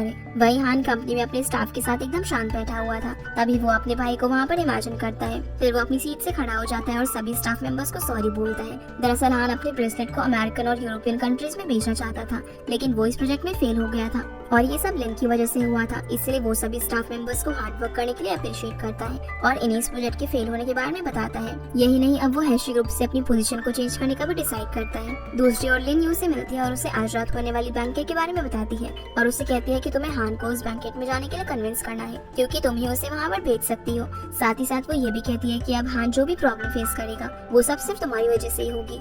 जिसके बाद हम देखते हैं कि यूरो के लिए सूप बनाकर लाते हैं और उसे पूछती है कि आखिर तुम्हारे और वांग के बीच में क्या हुआ है। तो वो उसे बताती है कि वो मेरे भाई और मॉम को यहाँ ले आया है और उसने मुझे बताया तक नहीं। फिर वो उसे कहती है कि शायद तुम्हें वांग से प्यार हो गया है, लेकिन रोज की इस बात से एग्री नहीं करती, पर असल में वो वेंगू से प्यार करने लगी थी। फिर यू वेंगू के पास कॉल करती है और उसे घर आने के लिए कहती है, तो वेंगू हान के साथ वहाँ पर पहुँच जाता है और हान और यू को यहाँ से बाहर जाने के लिए कहता है। वेंगू अब रू के पास जाकर उसे मनाने लगता है। इधर हान को सेक्रेटरी कॉल करके बताती है कि आपकी पोजीशन चेंज होने पर लोग आपके बारे में काफी र्यूमर्स फैला रहे हैं। यू ये सब सुन लेती है और उसे पूछती है कि क्या तुम वाकई हैशी ग्रुप लीव करने वाले हो। तो हान उसे बताता है कि मैंने सिर्फ अपनी पोजीशन चेंज की है और मैं अब भी अपने ब्रेसलेट वाले प्रोजेक्ट को लेकर आगे जाऊंगा। यहाँ यू उसे बैंकेट के बारे में भी बता देती है। अगले सीन में हान बैंकेट वाली लोकेशन पर पहुंच जाता है जहाँ लिन उसे एक रूम में ले जाती है और उसे एक ड्रिंक देती है, लेकिन हान उसे कोई भी रिस्पॉन्स नहीं देता और सीधा यू के पास कॉल करता है। यू उससे कहती है कि मैं स्टडी के लिए अब्रॉड जा रही हूँ और मैंने वहीं पर सेटल होने का डिसाइड कर लिया है, जिस पर हान कहता है कि मैं तुम्हारी वहाँ पर जाने में हेल्प कर सकता हूँ और तुम बाओ को भी अपने साथ ले जाना। लेकिन यू कह देती है कि मैं अब इस रिलेशनशिप से थक गई हूँ और अब मैं तुम्हारे साथ नहीं रहना चाहती और मेरे लिए सैक्रिफाइस करने के लिए थैंक्स। ये कहकर यू कॉल कट कर देती है। हान ये सब सुनकर काफी शॉक में था। तभी लिन हान के साथ कोऑपरेट करने की कोशिश करती है और उसे अपना लव कन्फेस करती है, लेकिन हान को तो पता था कि ये सब उसी की वजह से हुआ है और वो उसकी एक नहीं सुनता। इसीलिए लिन उसे किस करने की भी कोशिश करती है, लेकिन हान उसे साइड करके वहाँ से चला जाता है और एंजाइटी की वजह से लिन की तबीयत खराब होने लगती है। फिर वो फांग को कॉल करके वहाँ पर बुलाती है तो फांग फटाफट वहाँ पहुँच जाता है और उसे उठाकर उठाकर अपने घर ले जाता है, जहाँ फांग उसके लिए पॉरिश बनाकर लाता है और कहता है कि तुम आज रात यहीं पर ठहर जाओ, जिस पर लिन भी उसकी बात मान जाती है। दूसरी तरफ हान आंटी के घर जाता है, जहाँ उसके पास उसकी सेक्रेटरी की कॉल आती है, जो उससे बताती है कि हमने आंटी और ड्राइवर जैंग को एक साथ देखा था और शायद आंटी का जैंग के साथ कोई ना कोई कनेक्शन जरूर है। इसी बीच आंटी भी वहाँ पर आ जाती है और वो उसे ड्राइवर जैंग के बारे में पूछने लगता है, जो देखकर आंटी बहाने बनाने लगती है मानो वो जैंग को जानती तक न हो। इसी बीच आंटी के पास जैंग की कॉल आती है, जो देखकर हान उसके हाथ से फोन छीन लेता है और आंटी की पोली यहीं पर खुल जाती है। तभी हान फटाफट घर से बाहर निकलता है और देखता है कि ड्राइवर जैंग यहीं पर आया हुआ था। वो उसे पकड़ लेता है और उसे पीटने ही वाला था, लेकिन तभी जैंग उसे सच बता देता है कि उस रात वो एक्सीडेंट मेरी वजह से नहीं बल्कि तुम्हारी खुद की वजह से हुआ था, क्योंकि ड्राइविंग तुम कर रहे थे। जो सुनते ही हान आंटी की ओर घूरने लगता है। इसके बाद वो उसे सब कुछ बता देती है कि उस दिन तुम खुद ही कार चला रहे थे, लेकिन कोमा में जाने के बाद तुम्हें कुछ भी याद नहीं रहा। साथ ही साथ वो ये भी बता देती है कि एक्सीडेंट के दौरान कोइंसिडेंटली यू वहाँ पर पहुँच गई थी और उसी ने बाव की जान बचाई थी। जो सुनकर हान समझ जाता है कि उसकी ड्रीम गर्ल कोई और नहीं बल्कि यू है। फिर वो कहता है कि इसीलिए आपने यू को मुझसे अलग कर दिया कि कहीं वो इस बारे में मुझे बता ना दे। तो आंटी कहती है कि मैंने ये सब अपनी फैमिली और बाव के लिए किया है, जिस पर हान कहता है कि अगर बाव को इस बारे में पता चल गया कि उसके पेरेंट्स की डेथ मेरी वजह से हुई है तो क्या वो मुझे माफ कर पाएगा। अब हान यहाँ काफी शॉकिंग सिचुएशन में था, जिसके बाद यू के पेरेंट्स यू से मिलने आते हैं और यू उन्हें इमोशनली बताती है कि मैंने हान के साथ ब्रेकअप कर लिया। साथ ही साथ वो जर्मनी जाने के बारे में भी बता देती है। जो सुनकर यू की मदर को लगता है कि शायद वो काफी प्रॉब्लम में है, लेकिन यू उन्हें कंसोल करते हुए कहती है कि मैं बिल्कुल ठीक हूँ और मैं सिर्फ अपना सपना पूरा करने के लिए जर्मनी जा रही हूँ। दूसरी तरफ हम रू को देखते हैं, जो कि वेंगू के पास किसी कॉन्ट्रैक्ट पर साइन करवाने के लिए आती है, लेकिन वेंगू को इतना सीरियसली काम करते हुए देखकर रू शॉक हो जाती है और उसे पूछने लगती है कि तुम्हें क्या हो गया है जो तुम इतना बदल गए हो। जिस पर वेंगू कहता है कि ये सब तुम्हारी वजह से हुआ है और मैं अब एक अच्छा इंसान बन गया हूँ, इसलिए तुम मुझ पर ट्रस्ट कर सकती हो। फिर रू से टीज करते हुए पूछती है कि अच्छा तो बताओ तो मेरी सैलरी कब इंक्रीज करोगे, लेकिन हान सैलरी इंक्रीज करने से मना कर देता है और यू ऐसे स्माइल करते हुए चली जाती है। फिर शाम को जब सभी लोग कंपनी से जा रहे थे तो वेंगू रू के पास जाता है और उससे आज रात उसके साथ कस्टमर से मिलने के लिए कहता है, लेकिन रू उसे मना करते हुए कहती है कि आज मुझे यू के साथ लास्ट डिनर करना है क्योंकि वो कल जर्मनी जा रही है और उसने हान के साथ भी ब्रेकअप कर लिया है। ये पता लगने पर वेंगू शॉक हो जाता है और वहाँ से चली जाती है। अब रात में हान और फांग भी यू के घर डिनर करने के लिए आते हैं और यहाँ हान और यू दोनों काफी स्ट्रेस में थे, लेकिन तभी नॉर्मल होने की कोशिश करती है और सभी को खाना सर्व करने लगती है। इसी बीच यू चेयर्स करने के लिए ड्रिंक उठाती है तो हान उसके हाथ से ड्रिंक लेते हुए कहता है कि मैं ब्रेकअप से एग्री करता हूँ, जो कहकर वो यहाँ से चला जाता है। हालांकि यू को ये बात काफी हर्ट करती है, लेकिन वो फिर भी नॉर्मल होने की कोशिश करती है। वही हान भी अपसेट होकर वहाँ से वापस जा रहा था और वो यू के साथ बिताए हुए पलों को याद करता है। जिसके बाद हम लिन को देखते हैं, जो कि अभी तक फांग की घर पड़ी थी और वो अपनी फैमिली की कॉल्स को भी डिक्लाइन कर रही थी। जो देखकर फांग उससे कहता है कि तुम्हें कम से कम अपनी फैमिली की कॉल्स को तो पिक कर लेना चाहिए। जिस पर लिन कहती है कि ये मेरा बिजनेस है, इसलिए तुम इस पर कमेंट मत करो और मैं यहाँ से चली जाऊंगी और तुम्हारे पैसे भी तुम्हें पे कर दूंगी। इसी बीच फांग अपनी डायरी टेबल पर पड़ी हुई देखता है, जिसमें उसने यू के लिए अपने प्यार के बारे में लिखा हुआ था। दरअसल लिन ने उसकी इस डायरी को पढ़ लिया था और उसे पता चल गया था कि फांग यू से प्यार करता है। फिर वो उसे कहती है कि तुम्हें यू को प्रपोज कर देना चाहिए था, लेकिन अब कोई फायदा नहीं है, वो तो हान के साथ शादी करने वाली है। तो फांग उसे बताता है कि उन दोनों ने ब्रेकअप कर लिया है और कल यू स्टडी करने के लिए जर्मनी जा रही है। जो सुनकर लिन काफी शॉक होती है और कहती है कि तुम्हें भी उसके साथ जर्मनी चले जाना चाहिए क्योंकि तुम्हारे पास यू को पाने के लिए एक अपॉर्चुनिटी है। लेकिन फांग उसकी बात का जवाब दिए बगैर ही वहाँ से चला जाता है। अगले दिन फांग यू को एयरपोर्ट छोड़ने के लिए जाता है और यहाँ पर जियाओ और रू भी उसे गुड बाय बोलने के लिए आए थे। इसी बीच रू के पास वेंगू की कॉल आती है, जो उसे बताती है कि हान कहीं पर चला गया है और वो मेरी कॉल भी पिक नहीं कर रहा। ये पता लगने पर सभी लोग परेशान हो जाते हैं और यू आंटी के पास कॉल करती है और उसे हान के बारे में पूछती है। तो आंटी उसे बताती है कि वो तुमसे मिलने के लिए ही घर से निकला था और वो उसे ये भी बता देती है कि हान को सब कुछ पता चल गया है। जिसके बाद यू और फांग दोनों कंपनी में आते हैं तो हान यहीं पर बैठा हुआ था। अब फांग यहाँ से बाहर चला जाता है। तभी यू हान को हक करते हुए कहती है कि इसमें तुम्हारी कोई गलती नहीं है। दरअसल हान अपने ब्रेसलेट की मार्केटिंग को लेकर काफी ज्यादा स्ट्रेस में था, इसलिए यू उसे समझाती है और वापस घर चलने को कहती है। अब फांग हान को घर ड्रॉप कर देता है और यू को वापस से जर्मनी जाने के लिए कहता है, लेकिन यू उसे बताती है कि मैं अब जर्मनी नहीं जाऊंगी और वो हान का हाथ पकड़ लेती है। पर हान उसका हाथ साइड करते हुए कहता है कि अब हमारा ब्रेकअप हो गया है। ये कहकर वो अंदर चला जाता है। जिसके बाद फांग यू को उसके घर ड्रॉप करता है, जहाँ यू उसे भी उस कार एक्सीडेंट के बारे में बता देती है। अब फांग भी उसे जर्मनी जाने के लिए कहता है, लेकिन वो जाने से मना कर देती है क्योंकि वो अब हान के साथ ही रहना चाहती थी। अगले दिन यू वापस से हान के घर आकर बाव के लिए ब्रेकफास्ट बना रही थी। तभी हान भी वहाँ पर आ जाता है, जिसे देखकर बाव कहता है कि मम्मी वापस आ गई है। तो हान उसे कहता है कि ये तुम्हारी मम्मी नहीं है और ये कहकर वो यहाँ से अपने ऑफिस में जाकर बैठ जाता है, जहाँ यू और बाव उसके लिए ब्रेकफास्ट लेकर आते हैं, लेकिन हान दरवाजा नहीं खोलता। इधर बाव काफी कंफ्यूजन में था कि आखिर इन दोनों के बीच क्या चल रहा है। तो यू बाव को बताती है कि हमारे बीच में कुछ ट्रबल्स क्रिएट हो गई है, इसीलिए हान को ठीक होने में थोड़ा टाइम लगेगा। अगले दिन यू वेंगू से मिलती है और उसके साथ एक्सीडेंट को लेकर बात करती है। दरअसल वो एक्सीडेंट कार की ब्रेक फेल होने की वजह से हुआ था, इसीलिए अब यू पता लगाना चाहती है कि आखिर कार की ब्रेक किसने फेल किए थे और क्यों आंटी ड्राइवर जांग को इतने पैसे पे कर रही थी। रात को जब हान वापस से घर आता है तो यू ने उसके लिए डिनर रेडी किया हुआ था, जहाँ वो उसे डरते डरते पूछ ही लेती है कि क्या तुम एक बार फिर से उस एक्सीडेंट को रिकॉल कर सकते हो, क्योंकि मेरे अकॉर्डिंग उसमें तुम्हारी कोई भी गलती नहीं थी।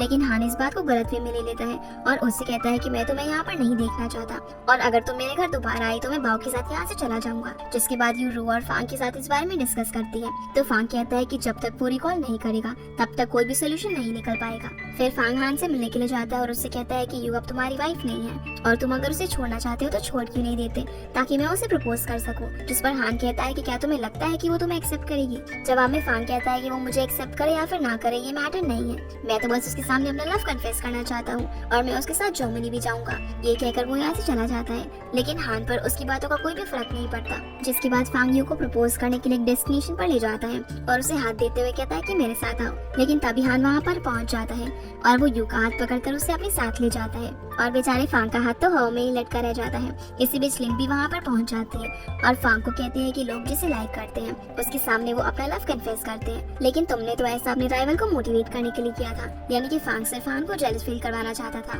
ताकि वो और यू दोबारा से एक हो सके। तब लिन उससे पूछती है कि अगर आज हान यहाँ पर नहीं आता तो तुम क्या करते। जिस पर फांग कहता है कि अगर हान यू को खुश करने के लिए क्वालिफाइड नहीं होता तो मैं यू के साथ जर्मनी चला जाता। दूसरी तरफ हान और यू बाव के स्कूल पहुँचते हैं, जहाँ बाव के टीचर उन्हें बताते हैं कि बाव बास्केटबॉल खेलने की जिद कर रहा है और उसने अपनी क्लास अटेंड करने से भी मना कर दिया है। जो सुनकर यू टीचर को सॉरी बोलती है और उसके जाने के बाद बाव इन दोनों के साथ में खेलने के लिए कहता है और फाइनली वो हान को डैडी भी बोल देता है, जो देखकर हान काफी खुश हो जाता है और बाव को हक कर लेता है। फिर ये दोनों साथ में बास्केटबॉल खेलते हैं और यू भी इन दोनों को देखकर काफी खुश होती है। अगले सीन में हम फांग और लिन को देखते हैं जो कि एक साथ बैठकर ड्रिंक कर रहे थे। यहाँ फांग उसे पूछता है कि तुम्हें रिसेंट ईयर से एंजाइटी डिसऑर्डर है और ये सब आखिर कैसे हुआ। तो वो उसे बताती है कि जब मैं अब्रॉड से स्टडी कंप्लीट करके वापस आई थी तभी से मुझे ये प्रॉब्लम है, क्योंकि मैं एक डिजाइनर बनना चाहती थी और मैंने एक अवार्ड भी जीता था, लेकिन मेरी फैमिली इसके अगेंस्ट थी और मेरे रिलेटिव्स भी ये नहीं चाहते थे, इसलिए मैं डिजाइनर नहीं बन पाई। तो फांग कहता है कि तुम्हें लोगों पर ध्यान नहीं देना चाहिए बल्कि तुम्हें वही करना चाहिए था जो तुम करना चाहती हो। दूसरी तरफ हान यू को हक कर लेता है और कहता है कि अब मैं वही करूंगा जो तुम चाहती हो और मैं उन मेमोरीज को रिकॉल करने की कोशिश करूंगा और अब से हम तीनों काफी अच्छी लाइफ स्पेंड करेंगे। जिसके अगले दिन हान फांग से मिलने के लिए जाता है और उसे कहता है कि यू तुम पर बहुत ट्रस्ट करती है, इसलिए तुम फ्रेंड से आगे लाइन क्रॉस मत करना। जिस पर फांग कहता है कि ये सब तुम पर डिपेंड करता है कि तुम उसे किस तरह ट्रीट करोगे। तो हान उसके साथ प्रॉमिस करता है कि वो यू को हमेशा खुश रखेगा। फिर फांग उसे बताता है कि मेरा एक सीनियर है जो कि तुम्हारी मेमोरीज को रिकॉल करने में तुम्हारी हेल्प कर सकता है और हान उसके सीनियर से मिलने के लिए राजी भी हो जाता है। जिसके बाद फांग अपनी सीनियर से मिलकर उसे हान के बारे में बताता है और उसे हान से मिलने को कहता है। इधर हान ड्राइवर जांग से मिलता है और उससे पूछता है कि तुम्हें एक्सीडेंट करवाने के लिए कितने पैसे मिले थे, लेकिन जांग उसके सामने अनजान बनने लगता है, जो देखकर हान उसे कहता है कि मुझे सब पता है और मैंने अपनी मेमोरीज को रिकॉल करवा लिया है, लेकिन मैं तुम्हारे मुंह से इस बारे में सुनना चाहता हूँ। यहाँ हान उसे काफी डराता धमकाता है पर जांग उसके सामने कुछ नहीं बताता और वहाँ से चला जाता है। अगले दिन हान चेकअप करवा कर यू से बाहर मिलता है और उससे बताता है कि मुझे अभी भी मेरी मेमोरीज याद नहीं आ रही है। तो यू उसे हक कर लेती है और कहती है कि तुम्हारे न्यूरॉन्स डैमेज नहीं हुए थे, इसीलिए चिंता मत करो, तुम्हारी मेमोरीज वापस जरूर आ जाएंगी। दूसरी तरफ रू अपनी मदर के साथ डिनर पर आई थी, जहाँ रू अपने पास को याद करते हुए कहती है कि वो घर मेरे लिए एक ब्रोकन पिक्चर की तरह है। इतना सुनते ही उसकी मदर यहाँ से उठकर बाहर चली जाती है और रू भी काफी ज्यादा इमोशनल हो जाती है। इस बीच वेंगू यहाँ पर आता है और रू को सॉरी बोलता है क्योंकि वो उसकी फैमिली को बिना बताए यहाँ पर ले आया था, लेकिन रू अभी भी काफी गुस्से में थी और वो उसे यहाँ से जाने के लिए कहती है। पर वेंगू उसकी एक नहीं सुनता और उसे उठाकर बिल्डिंग के रूफटॉप पर लेकर जाता है, जहाँ उसने काफी अच्छे से डेकोरेशन की हुई थी, जो देखकर रू का मूड ठीक हो जाता है। फिर वो अपने पास्ट के बारे में बात करने लगती है और कुछ बातें हो जाने के बाद वेंगू उसे प्रपोज कर देता है, जहाँ फाइनली रू भी उसका प्रपोजल एक्सेप्ट कर लेती है। फिर ये दोनों एक किस करते हैं और ये काफी रोमांटिक मोमेंट बन जाता है। अगले दिन जब रू मीटिंग में बैठी होती है तो उसे पता चलता है कि वो गलती से वेंगू का फोन लेकर आ गई है, क्योंकि कल रू ने वेंगू के घर पर ही स्टे किया था और क्योंकि वेंगू मीटिंग के लिए नहीं पहुंचा था, इसलिए चेयरमैन रू को उसका कॉल लगाने के लिए कहते हैं, लेकिन रू को उसके फोन का पासवर्ड नहीं पता था, इसलिए वो बहाना बनाती है कि शायद वो जाम में फंस गया होगा। तभी वहाँ पर वेंगू भागते हुए आता है और रू का फोन दिखाते हुए कहता है कि मुझे अपना फोन ढूंढने में इतना टाइम लग गया, और ये देखकर रू काफी एम्बैरेस हो जाती है। इधर युवाओं को स्कूल छोड़ने के लिए जाती है, जहाँ कुछ गुंडे लोग उसे किडनैप कर लेते हैं, लेकिन बाओ उनकी फोटो लेकर हान के पास सेंड कर देता है और उसे इस बारे में बता देता है। साथ ही साथ वो हान को उस गाड़ी का नंबर भी सेंड कर देता है। अब हान फटाफट अपनी गाड़ी से उस गाड़ी का पीछा करता है और काफी दूर तक पीछा करने पर वो एक शॉर्टकट से अपनी गाड़ी उस गाड़ी के सामने ले आता है, जिस कारण से इनकी आपस में टक्कर हो जाती है। जिसके बाद हान की आंखें खुलती है तो वो हॉस्पिटल में होता है और यू भी उसके सामने बैठी हुई थी।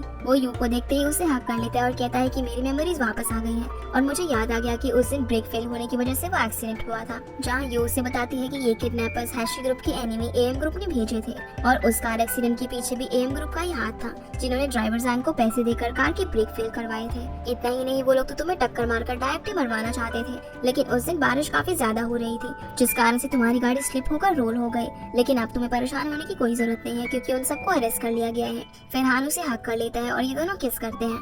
दूसरी तरफ फांग और लिन दोनों किसी पर्सन से मिलने के लिए आए थे, जिसके साथ लिन फैशन डिजाइनिंग प्रोफेशन के बारे में बात कर रही थी। अगले दिन यू और हान दोनों एक गेम खेल रहे थे, जिस दौरान यू के पास फांग का मैसेज आता है कि मैं रात को तुमसे मिलने के लिए हॉस्पिटल आऊंगा। यू इस बारे में हान को बताती है तो हान उसके हाथ से फोन छीनकर फांग को रिप्लाई करता है कि हमसे मिलने के लिए हॉस्पिटल मत आना, जो देखकर यू से कहती है कि तुम कितने वियर्ड हो क्योंकि तुम्हें छोड़कर बाकी सब फांग को लाइक करते हैं। तभी रू यू के पास मैसेज करके बताती है कि आज रात में तुमसे मिलने के लिए नहीं आऊंगी और यहाँ यू को पता चल जाता है कि रू भी अब वेंगू के साथ रिलेशनशिप में आ गई है और आज वो दोनों साथ में बाहर जा रहे हैं। इसी बीच यू हान को कहती है कि मुझे भूख लग रही है, इसलिए क्यों ना हम दोनों बाहर लगी फूड स्टॉल पर चलकर कुछ खा लें। फिर ये दोनों चुपके चुपके हॉस्पिटल से बाहर आते हैं और बाहर आकर काफी एंजॉय करते हैं। इधर लिन भी वापस अपने घर पर जाती है, जहाँ उसकी मदर उसे डांट रही थी क्योंकि वो हान को कन्विंस नहीं कर पाई। फिर उसकी मदर उससे पूछती है कि तुम्हारे आगे का क्या प्लान है, जिस पर लिन कहती है कि अब मैं अपने करियर पर फोकस करना चाहती हूँ। तो उसकी मदर कहती है कि हाँ, हम भी यही चाहते हैं कि तुम अपने करियर पर फोकस करो और अपने फादर के बिजनेस को बढ़ाने में हेल्प करो। लेकिन लिन उसे अवेयर करती है कि मैं फादर की कंपनी के बारे में बात नहीं कर रही हूँ,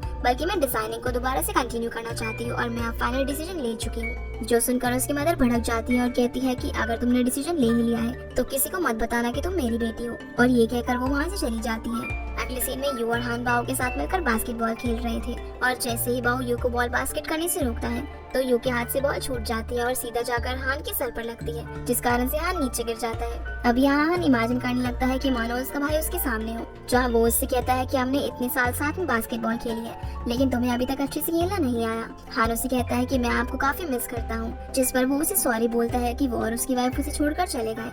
साथ ही साथ वो हान को बाओ की केयर करने के लिए थैंक्स बोलता है और कहता है कि मैं अगले जन्म में वापस जरूर आऊंगा और फिर हम साथ में खेलेंगे। जिसके बाद हान अपने इमेजिनरी ब्रदर और सिस्टर इन लॉ को वहाँ से जाते हुए देखता है और उन्हें रोकने की कोशिश करता है। तभी यू हान के पास आ जाती है और उससे पूछती है कि तुम ठीक तो हो ना, जिस पर हान कहता है कि हाँ, मैं बिल्कुल ठीक हूँ और मैंने अभी अभी अपने भाई को देखा। अब ये दोनों भी हान के साथ इसी तरह लेट जाते हैं और तीनों साथ में काफी खुश थे। दूसरी तरफ फांग लिन को अपने घर ले आता है क्योंकि उसकी मॉम ने उसे घर से बेदखल कर दिया था। यहाँ लिन फांग को एक ड्रेस का स्केच बनाकर दिखाती है और ये दोनों इस बारे में काफी बातें करते हैं और इन्हें देखकर ऐसा लग रहा था कि जैसे ये रिलेशनशिप में हो। इसी बीच लिन फांग को भी एडवाइस करती है कि अब उसे यू की बजाय अपने करियर पर ध्यान देना चाहिए और उसकी इस बात से फांग भी एग्री करता है। अगले दिन लिन काफी खुश होते हुए फांग को बताती है कि मेरा एक डिजाइन मेरे फ्रेंच फ्रेंड को काफी पसंद आया है और जब उसने वो डिजाइन अपने बॉस को दिखाया तो उन्हें भी वो काफी पसंद आया, इसलिए उन्होंने मुझे डिजाइनर की जॉब के लिए अपनी कंपनी में इनवाइट किया है। जो सुनकर फांग भी काफी खुश होता है और उसे कांग्रेचुलेशंस बोलता है। इसी बीच फांग उससे पूछता है कि तुम फ्रांस कब जा रही हो, जिस पर लिन कहती है कि मैं कल ही वहाँ पर जा रही हूँ। जो सुनते ही फांग अपसेट हो जाता है और उसे इस तरह देखकर लिन का चेहरा भी लटक जाता है। वहीं यू अपनी और हान का वेडिंग कार्ड देखकर काफी खुश हो रही थी। तभी हान वहाँ पर आ जाता है, जिसे यू उसका नाम लेकर पुकारती है। जो देखकर हान कहता है कि मैं अब तुम्हारा हस्बैंड हूँ, इसलिए मुझे हबी कहकर बुलाया करो। फिर यू उसे हबी कहकर बुलाती है और हान उसके काफी करीब आ जाता है। इसी बीच हान उसे जर्मनी जाने के लिए भी कहता है, जिस पर यू कहती है कि मैंने डॉक्टर हंग से बात कर ली है और मैं अब वहाँ पर नहीं जाऊंगी, बल्कि मैं यहीं पर तुम्हारे साथ रहूंगी। तो हान कहता है कि हम भी चाहते हैं कि तुम यहीं पर रहो, लेकिन हम ये भी चाहते हैं कि तुम अपना सपना पूरा करो, इसीलिए तुम जर्मनी चले जाना और मैं प्रॉमिस करता हूँ कि बाओ के साथ हर महीने तुमसे मिलने के लिए आऊंगा। तो यू कहती है कि ठीक है, लेकिन मेरी कंडीशन है कि मैं अपनी शादी में एक लॉन्ग गाउन पहनूंगी और वो उसे बेडशीट पहनकर दिखाने लगती है। फिर ये दोनों डांस करते हैं और डांस करते करते अनबैलेंस होकर नीचे गिर जाते हैं और फिर से डांस करते हैं। जिसके बाद हम देखते हैं कि यू जर्मनी चली जाती है और वहाँ पहुंचकर वीडियो कॉल करती है। इसी बीच हमें पता चलता है कि हान वापस हैशी ग्रुप का चेयरमैन बन गया है और उसने अपने ब्रेसलेट को अपग्रेड करके कंपनी के साथ सेलिंग कॉन्ट्रैक्ट भी साइन किया है। इधर हम रू और वेंगू को देखते हैं जो कि एक हॉरर मूवी को देख रहे थे और यहाँ वेंगू की डर के मारे कुछ ऐसी हालत होती है। तभी रू यहाँ से जाने लगती है तो वेंगू डर के मारे उसे हक कर लेता है। तभी पीछे से वेंगू के फादर अंदर आ जाते हैं और इन्हें इस तरह देखकर कहते हैं कि क्या तुम दोनों एक साथ रह रहे हो। तो रू हड़बड़ाते हुए कहती है कि नहीं नहीं, हम दोनों साथ नहीं रह रहे और वो यहाँ से जाने लगती है। पर वेंगू उसे रोक लेता है और कहते हैं कि अब रू मेरी गर्लफ्रेंड है। ये सुनते ही उसके फादर भड़क जाते हैं और कहते हैं कि ये तुम्हारी सेक्रेटरी है और तुम इसके मैनेजर, और जब लोगों को इस बारे में पता चलेगा तो वो हमारे बारे में क्या सोचेंगे। जिस पर वेंगू कहता है कि ये सिर्फ वर्क टाइम में मेरी सेक्रेटरी है और लोग चाहे कुछ भी करे, मैं रू के साथ ही शादी करूंगा। इसी बीच चेयरमैन वेंगू को बाहर जाने के लिए कहता है क्योंकि उसे रू के साथ बात करनी थी। तो वेंगू यहाँ से बाहर जाता है और ये सीन यहीं पर कट हो जाता है। अगले सीन में वेंगू रू को पूछता है कि मेरे फादर ने तुम्हें अकेले में क्या कहा था। तो यू उसे बताती है कि उन्होंने मुझे यही कहा कि मैं तुम्हारे बजाय अपने काम पर फोकस करूं और वैसे तुम्हारे फादर ठीक ही कह रहे हैं, मैं सिर्फ एक सेक्रेटरी हूँ। जो सुनकर वेंगू काफी परेशान हो जाता है और अपने फादर के पास जाकर बात करने की कोशिश करता है, लेकिन उसके फादर उसकी एक नहीं सुनते, बल्कि वो उसे कंपनी को मैनेज करने के लिए लेक्चर देने लगते हैं और कहते हैं कि रू हमारी फैमिली के लिए सुटेबल नहीं है। इससे अच्छा तो तुम लिन मई ग्रुप की बॉस की बेटी के साथ शादी कर लो क्योंकि वो तुमसे प्यार भी करती है। साथ ही साथ वो उसे डराने के लिए ये भी कहते हैं कि अगर तुम्हें सिर्फ रू ही चाहिए तो तुम्हें कंपनी को छोड़ना होगा। लेकिन वेंगू तो अपनी जिद पर अड़ा हुआ था। फिर वो रू को लेकर अपने फादर के पास जाता है और उनके सामने घर और गाड़ी की चाबी फेंक कर कहता है कि मैं कंपनी को छोड़ने के लिए रेडी हूँ क्योंकि मेरे लिए मेरा प्यार ज्यादा मैटर करता है, पर आप मेरे फादर हमेशा रहेंगे।